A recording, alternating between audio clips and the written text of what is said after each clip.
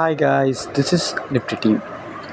Guys, இந்த வீடியோவில் நம்ம என்ன பார்க்க போகிறோம் அப்படின்னா, இன்றைக்கி நம்ம அட்வான்ஸ் லெவலில் வச்சு எப்படி என்ட்ரி எடுத்துருக்கலாம் அப்படின்ற எஜுகேஷனல் ரிவ்யூ வீடியோ தான் பார்க்க போகிறோம். வீடியோக்குள்ளே போகிறதுக்கு முன்னாடி இந்த வீடியோவை யூடியூப்பில் யாருன்னா இப்போ தான் புதுசாக பார்க்குறீங்கன்னா கண்டிப்பாக நம்ம யூடியூப் சேனல் கீழே இருக்க டெலிகிராம் சேனலில் ஜாயின் பண்ணிக்க. அப்போ தான் நம்ம போடுற செல்லர்ஸோட பிஇபி லெவல் அண்ட் செல்லர்ஸோட ரியல் சப்போர்ட் ரெசிஸ்டன்ஸ் இது எல்லாமே உங்களுக்கு மார்க்கெட் ஓப்பன் ஆகிறதுக்கு முன்னாடி ஃப்ரீயாகவே கிடைக்கும். அது மட்டும் இல்லாமல் நம்ம சேனலில் ஆப்ஷன் பையிங்க்கு தேவையான மிக முக்கியமான ஸ்ட்ராட்டஜிஸ்லாம் இருக்குது. அதெல்லாம் உங்கள் ஆப்ஷன் ட்ரேடிங்க்கு ரொம்பவே யூஸ்ஃபுல்லாக இருக்கும். அது மட்டும் இல்லாமல் கைஸ், நம்ம எந்த ஒரு இண்டிகேட்டரோ, எந்த ஒரு வேர்ல்டு நியூஸோ, எந்த ஒரு எஃப்ஏடிஏ டேட்டாவோ, ஓப்பன் இன்ட்ரெஸ்ட்டோ எதுவுமே பார்க்க மாட்டோம் கைஸ். நம்ம பார்க்குறது எல்லாமே அட்வான்ஸ் லெவல் மட்டும்தான். அட்வான்ஸ் லெவல்னால் செல்லர்ஸ்க்கு லாஸ் வரக்கூடிய இடம், அதாவது பிரேக் ஈவன் பாயிண்ட்டுன்னு சொல்லுவாங்க. அதை கண்டுபிடிச்சி அதை மட்டும்தான் வச்சு நம்ம ட்ரேட் எடுப்போம். இதை தான் நம்ம வந்து ஒரு வீடியோ கோர்ஸாக கற்றுக் கொடுக்குறோம். அதாவது இந்த அட்வான்ஸ் லெவல் எப்படி எடுக்கிறது, எனர்ஜி சைடில் போய்ட்டு இதை வச்சு இன்ட்ராடேல எப்படி ட்ரேட் எடுக்கிறதுன்னு சொல்லிட்டு நம்ம ஒரு வீடியோ கோர்ஸ் கொடுக்குறோம். இது தேவைப்படுறவங்க, கற்றுக்கணும்னு நினைக்கிறவங்க கண்டிப்பாக நம்ம டெலிகிராம் சேனலில் டிஸ்கஷனில் நம்ம காண்டாக்ட் லிங்க் இருக்குது, அதில் வந்து நம்மளை காண்டாக்ட் பண்ணலாம். ஓகே கைஸ், இன்றைக்கி நம்ம மார்க்கெட்டில் நம்ம லெவலை வச்சு எப்படி என்ட்ரி எடுத்துருக்கலாம் அப்படின்ட்டு பார்க்கலாம். கைஸ், இன்றைக்கி மார்க்கெட் எங்கே ஓப்பன் ஆச்சு அப்படின்னு கேட்டிங்கன்னா 24,390 பக்கமாக ஓப்பன் ஆச்சு. ஓப்பன் ஆன ஒரு 50 மினிட்ஸில் தான் நம்ம என்ட்ரி எடுக்கிற மாதிரி இருக்கும். ஆக்சுவலாக ஓப்பன் ஆன 50 மினிட்ஸில் மார்க்கெட் எங்கே இருந்தது அப்படின்னு கேட்டிங்கன்னா, மார்க்கெட் ஓப்பன் ஆனதே பார்த்திங்கன்னா ஓப்பனுக்கு கீழே தான் ஓப்பன் ஆச்சு. ஆனால் ப்ரீவியஸ் க்ளோஸ்க்கு மேலே எஸ்டர்டே ஐக்கு மேலே, இது எஸ்டர்டே ஐ, இது ஓப்பன், இது ரெசிஸ்டன்ஸ், மார்க்கெட்டோட ரெசிஸ்டன்ஸ் 24,410. நம்ம ஆல்ரெடி சப்போர்ட் ரெசிஸ்டன்ஸ் அப்டேட் பண்ணுவோம் இல்லையா, அந்த ரெசிஸ்டன்ஸ் நம்ம காலையிலே கொடுத்துருந்தோம். கரெக்டாக அங்கே தான் மார்க்கெட் ரிட்டர்ன் ஆச்சு. ஓகேங்களா, ஒரு 50 மினிட்ஸில் மார்க்கெட் எங்கே இருந்தது அப்படின்னு கேட்டிங்கன்னா ஓப்பனுக்கு கீழே தான் இருந்தது. ஓப்பன் ஆனதே கீழே தான், ஆனால் 50 மினிட்ஸில் ஓப்பனை தாண்டலை. ஓகேங்களா, ஓப்பனில் தான் இருந்தது. ஆனால் ப்ரீவியஸ் க்ளோஸ்க்கு மேலே எஸ்டர்டே ஐக்கு மேலே, ஆனால் ஓப்பனுக்கு கீழே இருக்கிறது ஒரு கண்டிப்பாக அது ஒரு நெகட்டிவ் தான் அது. ஏன்னா இவ்வளோ பெரிய கேப் அப்பு ஓப்பன் ஆகி எஸ்டர்டே ஐயை பிரேக் பண்ணி மார்க்கெட் இருக்கும்போது கண்டிப்பாக ஓப்பனுக்கு மேலே இருந்தால் தான் ஒரு டிமாண்ட் இருக்குது அப்படின்னு அர்த்தம். ஓப்பன் ஆகிற வேலையை தாண்ட முடியல அப்படின்னா ஒரு டிமாண்ட் இல்லை மார்க்கெட் அப்படின்னு அர்த்தம். எப்போதுமே ஐக்கு மேலே இருக்குது ஆனால் ஓப்பனுக்கு கீழே இருக்குன்னா ஐக்கும் ஓப்பனுக்கும் நடுவுலேயே ரீட்விஸ்ட் ஆகி நின்றுடும் மார்க்கெட். ரேஞ்சு மாதிரி ஆகிடும். ஒன்று ஐயை உடைச்சா ஒரு ரேலி ஆகும், இல்லை ஓப்பனை உடைச்சா ரேலி ஆகும், இல்லை ஐயை கீழே உடைச்சா மார்க்கெட் ஒன் சைடு. மேலே உடைச்சா கால் பர்ஃபார்ம் பண்ணுவோம், கீழே ஐயை கீழே உடைச்சோன்னா புட்டு பர்ஃபார்ம் பண்ணுவோம். இது ரெண்டுமே உடைக்கலை அப்படின்னா கண்டிப்பாக ரேஞ்சு மாதிரி தான். பாருங்கள், ரேஞ்சு மாதிரி தான். பாருங்கள், ஓப்பனை போய் தொட்டுட்டு ஐயில் வந்து தொட்டு ரேஞ்சு மாதிரி ஆகும். ஓகேங்களா, இந்த மாதிரி மார்க்கெட்டில் கண்டிப்பாக ரெண்டு சைடும் தான் நம்ம என்ட்ரி எடுக்கிற மாதிரி இருக்கும்.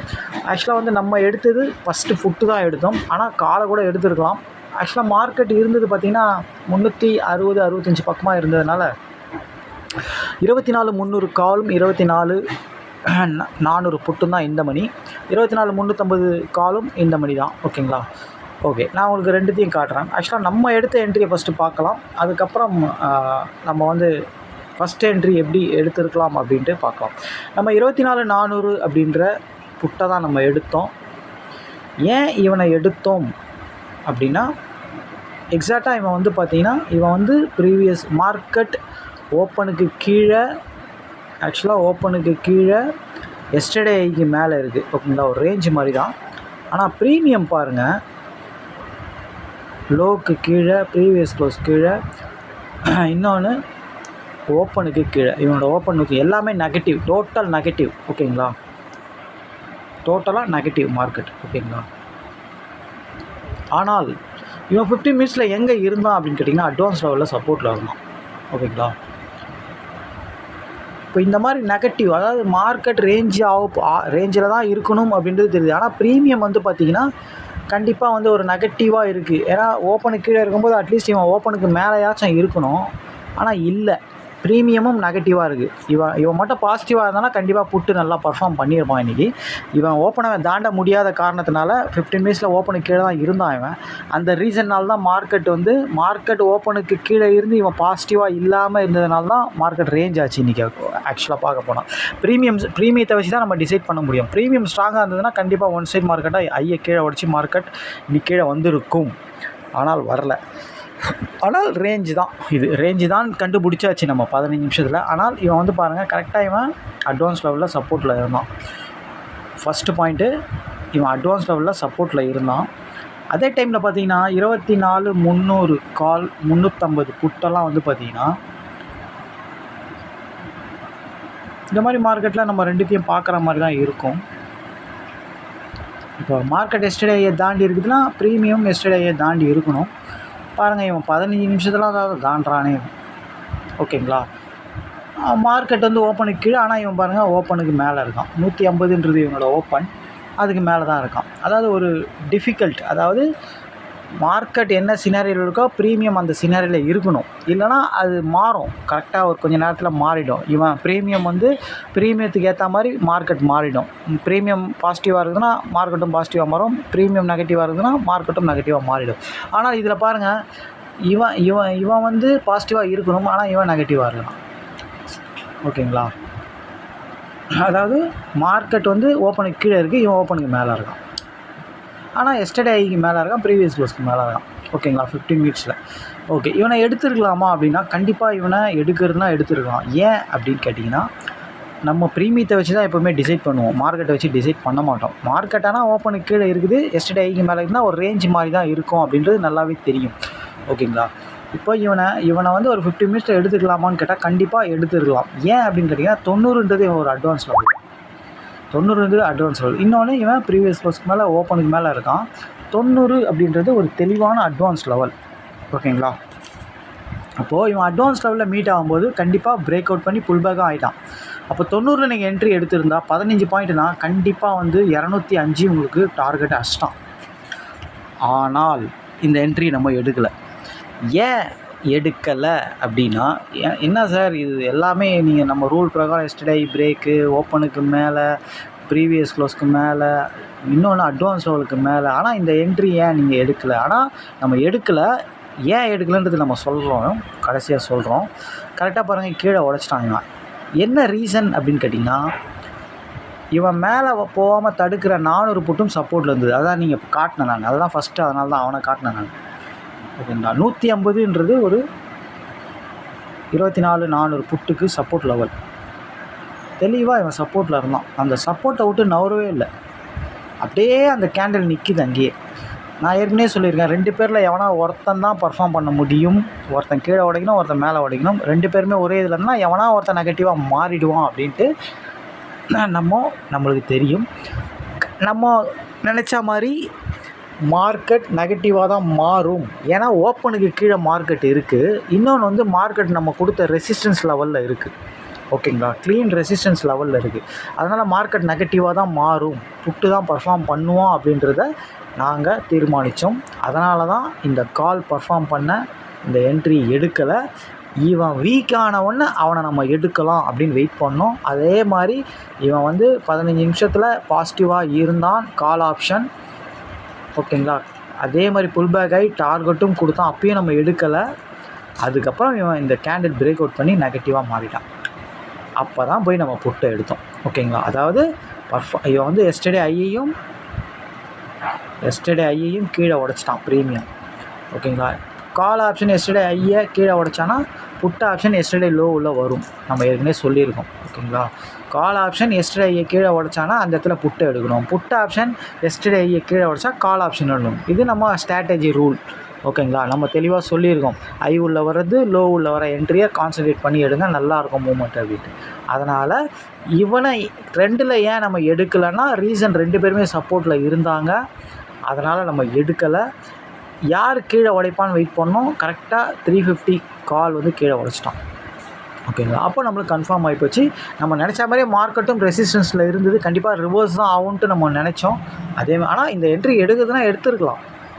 அந்த மாதிரி 2 பேருமே சப்போர்ட்டில் இருக்கும்போது எடுக்கக்கூடாது, அது மெயின் ரூலு. இன்னொன்று மார்க்கெட் ரெசிஸ்டன்ஸில் இருந்தது, தெளிவாக 24,410ன்றது வந்து நம்ம ரெசிஸ்டன்ஸாக கொடுத்துருந்தோம் காலையில். மார்க்கெட் அங்கே இருந்தது, அது ஒரு ரீசனு. இன்னொன்று மார்க்கெட் வந்து பார்த்திங்கன்னா நெகட்டிவில் இருக்குது, கால் ஆப்ஷன் பாசிட்டிவில் இருக்கான். ஓகேங்களா, அது ஒரு முரண்பாடான ஒரு இது, அதனால் அதுவும் ஒரு ரீசன். ஓகேங்களா, இன்னொன்று ரொம்ப ரொம்ப முக்கியமான ரீசன், இவனோட ஆப்போனண்ட் வந்து 24,400ன்ற புட்டு வந்து சப்போர்ட்டில் இருந்தான், அதுதான் முக்கியமான ரீசன். ஓகேங்களா, எல்லாத்தோட முக்கியமான ரீசன் மார்க்கெட் ரெசிஸ்டன்ஸில் இருந்தது, இவன் மேலே போகாமல் தடுக்கிறவன் வந்து சப்போர்ட்டில் இருந்தான், இதுதான் முக்கியமான ரீசன். ஓகேங்களா, சப்போஸ் மார்க்கெட் வந்து அதாவது கால் ஆப்ஷன் வந்து தெளிவாக வந்து இந்த இந்த இவன் சப்போர்ட்லேருந்து இவன் கீழே உடச்சிருந்தான்னு வைங்க, கால் ஆப்ஷன் நல்லா மேலே போயிருப்பான். ஓகேங்களா, அவன் உடைக்காத ரீசன்னால், இவன் கீழே உடைக்காத ரீசன்னால், புட் ஆப்ஷன் கீழே இந்த சப்போர்ட்டை அட்வான்ஸ் லெவலில் கீழே உடைக்காத ரீசன்னால் அவன் கீழே உடச்சி நெகட்டிவாக மாறிட்டான் மார்க்கெட். ஓகேங்களா, அதனால தான் இந்த என்ட்ரியை நம்ம எடுத்தோம். 150 அப்படின்றது அட்வான்ஸ் லெவல். கரெக்டாக அவன் வீக்கானவன் தான் எடுக்கிற மாதிரி இருந்தது. இங்கே தான் எடுக்கிற மாதிரி இருக்கும் ஆக்சுவலாக. அதாவது 70 தான் நம்ம எடுக்கிற மாதிரி இருக்கும். ஆனால் ஸ்டாப் லாஸ் இது தான் வச்சாகணும். 20 பாயிண்ட் வந்து ஸ்டாப் லாஸு பரவாயில்லன்னு தான் எடுக்கிற மாதிரி இருக்கும். ஓகேங்களா, இந்த இடத்துல தான் எடுக்கிற மாதிரி இருக்கும். ஓகேங்களா, ஆக்சுவலாக இவன் ஓப்பனுக்கு கீழே இருக்கிறவன் ஓப்பன் வரைக்கும் தான் போவான்றது நம்மளுக்கு தெரியும். 70 அப்படின்னா கண்டிப்பாக வந்து ஓப்பன் எக்ஸாக்டாக இருக்க மாட்டான். ஓப்பனை உடச்சி ஒரு ஃபேக் பிரேக் அவுட் கொடுப்பான் நேற்று மாதிரி அப்படின்னு தெரியும். ஓகேங்களா, 170 ஆக்சுவலாக வந்து பார்த்திங்கன்னா 220. ஓகேங்களா, 170 220 48 பாயிண்ட்டு, 45 பாயிண்ட்டு. நம்மளுக்கு 30 பாயிண்ட் கிடச்சாலே போதும், இல்லை அட்லீஸ்ட் 15 பாயிண்ட் கிடச்சாலே போதும். ஓகேங்களா, இந்த என்ட்ரி எடுத்ததுக்கு ரீசன் இதுதான். இங்கே தான் எடுக்கணும் ஆக்சுவலாக. நம்ம இங்கேயே சப்போர்ட்டில் எடுத்துடணும் நம்ம. ஏன் அப்படின்னா க்ளீனாக வந்து மார்க்கெட் வந்து நெகட்டிவாக இருக்குது, ரெசிஸ்டன்ஸில் இருக்குது. ரொம்ப ரொம்ப முக்கியம். ரெசிஸ்டன்ஸில் இருக்கும்போது புட் ஆப்ஷன் வந்து சப்போர்ட்டில் இருந்தானா கொஞ்சம் பார்க்கணும், அதெல்லாம் கவனிக்கணும். அதுக்கு தான் நம்ம அப்டேட் பண்ணுறோம் முன்னாடியே. ஓகேங்களா, சப்போர்ட்டில் இருக்கிறான்னா பார்த்து பொறுமையாக யார் வீக் ஆகிறான்னு வெயிட் பண்ணி எடுக்கணும். ஓகேங்களா, அதனால தான் அந்த காலையில் அந்த என்ட்ரியை நம்ம எடுக்கலை, கால் ஆப்ஷன் என்ட்ரியை. மார்க்கெட் ரெசிஸ்டன்ஸில் இருந்ததுனால தான் மார்க்கெட்டாலையும் மேலே போக முடியல, ப்ரீமியத்தையாலும் கரெக்டாக அந்த அட்வான்ஸ் லெவலில் தாண்ட முடியல. ஓகேங்களா, தாண்டி கீழே வந்துட்டான், கீழே உடச்சிட்டான். அதனால் இந்த என்ட்ரி எடுத்தோம், ப்ராஃபிட் வந்தது. ஓகேங்களா, அதுக்கப்புறம் இவன் வந்து ஓப்பனுக்கு கீழே maximum yesterday low previous close open வரைக்கும் தான் போவான். ஃபஸ்ட்டு இவன் ஓப்பனை தாண்டினாலே பெரிய விஷயம். தாண்டிட்டா கூட இவனை நம்ம எடுக்கிறதுன்றது அவாய்ட் பண்ணணும். ஏன் அப்படின்னா நம்ம இங்கே எடுத்தால் இங்கே தான் டார்கெட் முடிஞ்சிருச்சா, வந்த ஐயை தான் டார்கெட்டாக வைக்கணும். அதாவது வந்த ஐயை தான் நம்ம டார்கெட்டாக வச்சு வெளியே வரணும். ஏன்னா இந்த ஓப்பனை எப்போ வேணால் கீழே உடைப்பாங்க. ஓகேங்களா, ஏன்னா ஒரு ஸ்டார்டிங்லேயே ஒரு 1/2 hourல ஓப்பனை தாண்டி இருந்தால் தான் அது ஒரு கரெக்டான ஒரு ஒரு ஒரு என்ன சொல்கிறது, ஒரு டிமாண்ட் இருக்குது, சப்ளை இருக்குது அப்படின்னு சொல்ல முடியும். ஒரு கொஞ்ச நேரம் கழிச்சு, ஒரு மணி நேரம் கழிச்சுலாம் மார்க்கெட் தாண்டுது அப்படின்னா அது வந்து ஓப்பனை தாண்டுதுன்னா அது வந்து ஒரு ஃபேக் தான் அது எப்போவுமே. ஓகேங்களா, எது நடக்கிறதுனால முன்னாடியே தெரியணும். அப்போ தான் ஒரு 15 மினிட்ஸ்லேயே தெரிஞ்சிடும். அது தெரியல அப்படின்னா அதுக்கப்புறம் தெரியுது அப்படின்னா அது ஃபேக்கு தான் அது. ஓகேங்களா, பெரும்பாலும் மார்க்கெட் அதுக்குன்னு அதுதான் நடக்கும்லாம் கிடையாது. ஒரு பெரும்பாலும் 80% அப்படி தான் நடக்கும். 20% இங்கேருந்து சில டைமில் லோவெல்லாம் உடச்சி போயிட்டே இருப்பான். அப்போ நம்ம எங்கே எடுக்கணும் அப்படின்னா லோ பக்கத்தில் இருந்து அவன் ஓப்பனை உடச்சி லோவே உடச்சி புல்பேக் ஆகி மேலே மூவ் ஆகும்போது எடுக்கணும், அந்த லோ ஸ்டாப் லாஸை வச்சு. ஓகேங்களா, ஓகே, அதனால தான் இந்த என்ட்ரி எடுத்தோம். அதாவது பர்ஃபார்ம் பண்ண வேண்டியவன் பர்ஃபார்ம் பண்ணலை கால் ஆப்ஷன். ஏன் அப்படின்னு பர்ஃபார்ம் பண்ணால் டார்கெட் கொடுத்தான், ஆனால் நம்ம அந்த என்ட்ரி எடுக்கலை. ஓகேங்களா, பர்ஃபார்ம் பண்ணால் கண்டிப்பாக 15 பாயிண்ட் டார்கெட் கொடுத்தான், இல்லைன்னு சொல்லக்கூடாது. ஆனால் நம்ம அந்த என்ட்ரி எடுக்கக்கூடாது. நம்ம ஸ்ட்ராட்டஜி ரூல் அது. ஏன்னா 2 பேருமே சப்போர்ட்டில் இருக்காங்க. அது யார் உடச்சா கீழே, கால் தான் கீழே உடச்சான். அதனால் இவனை எடுத்தோம். ஓகேங்களா, எடுத்துகிட்டு இவன் ஓப்பன் வரைக்கும் தான் நம்ம டார்கெட் வைக்க முடியும். ஆனால் ஓப்பனை தாண்டுவான் இவன். எதனால் அப்படின்னா வந்த ஐக்கு வரைக்கும் போயிட்டு தான் ரிட்டர்ன் ஆகணும். ஓகேங்களா, அதனால் கண்டிப்பாக இவன் ஒரு 25-30 பாயிண்ட் கொடுத்தான் காலையில். அதுக்கப்புறம் இவன் கீழே உடச்சிட்டான், அதாவது ஓப்பனை கீழே உடச்சிட்டான். எப்போதுமே அதாவது ஓப்பன் கீழே இருக்கிறோம் நம்ம எடுத்தால் ஓப்பன் வரைக்கும் தான் போவான். ஓப்பனை தாண்டினாலும் கீழே வந்தவொன்னே நம்ம அப்போ தான் ட்ரெண்ட் என்ட்ரியை கண்டினியூ பண்ணோம். இன்னொரு விஷயம், ஆப்ஷன் க்ரீக்ஸ் பிரகாரம் put option yesterday low break ஆகிருக்கு, ஓப்பனுக்கு கீழே ப்ரீவியஸ் எல்லாமே நெகட்டிவ், டோட்டல் நெகட்டிவ். ஓகேங்களா, put option yesterday low break பண்ணால் கால் ஆப்ஷன் ஐக்குள்ளே வரணும். ஓகேங்களா, அதான் ரூல். அதனால தான் நம்ம அந்த ரிவர்ஸ் என்ட்ரியை போட்டுருந்தோம். ரிவர்ஸ் ட்ரை பண்ணுங்க அப்படின்னு சொல்லிட்டு பாசிபிள்னு சொல்லிட்டு போட்டுருந்தோம் சேனலில். அது எக்ஸாக்டாக அப்படி தான் பாசிபிள் ஆச்சு. பாருங்கள், எக்ஸாக்டாக இது வந்து இங்கே வந்து திரும்புது மார்க்கெட். அதாவது 184 அப்படின்றது ஒரு அட்வான்ஸ் லெவல். ஓகேங்களா, கரெக்டாக இங்கே நீங்கள் எடுத்தீங்கன்னா இதுதான் ஸ்டாப் லாஸ் உங்களுக்கு. 184 அப்படின்னா 15 பாயிண்ட்னா 170. ஆனால் வந்த லோ வந்து 170 தான் வந்திருக்குது. ஆக்சுவலாக ஒரு 2 பாயிண்ட் பஃபர் வச்சு தான் நம்ம இந்த இதை தான் மெயின்டைன் பண்ணணும் ஸ்டாப் லாஸாக. ஏன்னா ஒரு லோக்கு இருக்குதுன்னா அந்த 15 பாயிண்ட்டு கீழே ஒரு 2 பாயிண்ட் 3 பாயிண்ட் தள்ளி இருக்குதுன்னா அதை தான் வைக்க முடியும் நம்ம. ஓகேங்களா, இன்னொரு விஷயம், இங்கே 184ன்ற இருக்கிற இடத்துல 2-3 அட்வான்ஸ் லெவல் பக்கத்தில் இருக்குது. 90, 86ன்றதெல்லாம் ஒரு அட்வான்ஸ் லெவல் தான். எங்கே சார் எடுக்கிறது, 90ல் எடுக்கணுமா இல்லை 86ல் எடுக்கணும் 84ல் எடுக்கணுமானா எங்கே எடுத்தால் ஸ்டாப் லாஸ் கம்மி நம்மளுக்கு, கீழே எடுத்தால் தான் நமக்கு ஸ்டாப் லாஸ் கம்மி. அதனால் கீழே இருக்கிற அட்வான்ஸ் லெவலில் சப்போர்ட்டில் நிற்கும் போது தான் நம்ம எடுக்கிற மாதிரி இருக்கும். ஓகேங்களா. இல்லைனா 90ல் எடுத்தால் உங்களுக்கு ஸ்டாப் லாஸ் ஹெவியாக வருது, எடுக்க முடியாது. எப்போதுமே நம்ம ஸ்டாப் லாஸை தான் பார்க்கணும். ஏன் அப்படின்னா இது நடக்கலாம் நடக்காமையும் போகலாம். அப்போ நம்ம அந்த மணி மேனேஜ்மெண்ட் டிசிப்ளின்றது தான் ரொம்ப முக்கியம். அப்போது நம்ம 84ல் எடுத்தால் 15 பாயிண்ட் ஸ்டாப் லாஸ்னால் 70, வந்த லோ வந்து பார்த்திங்கன்னா 69, 68 வருது. ஓகேங்களா.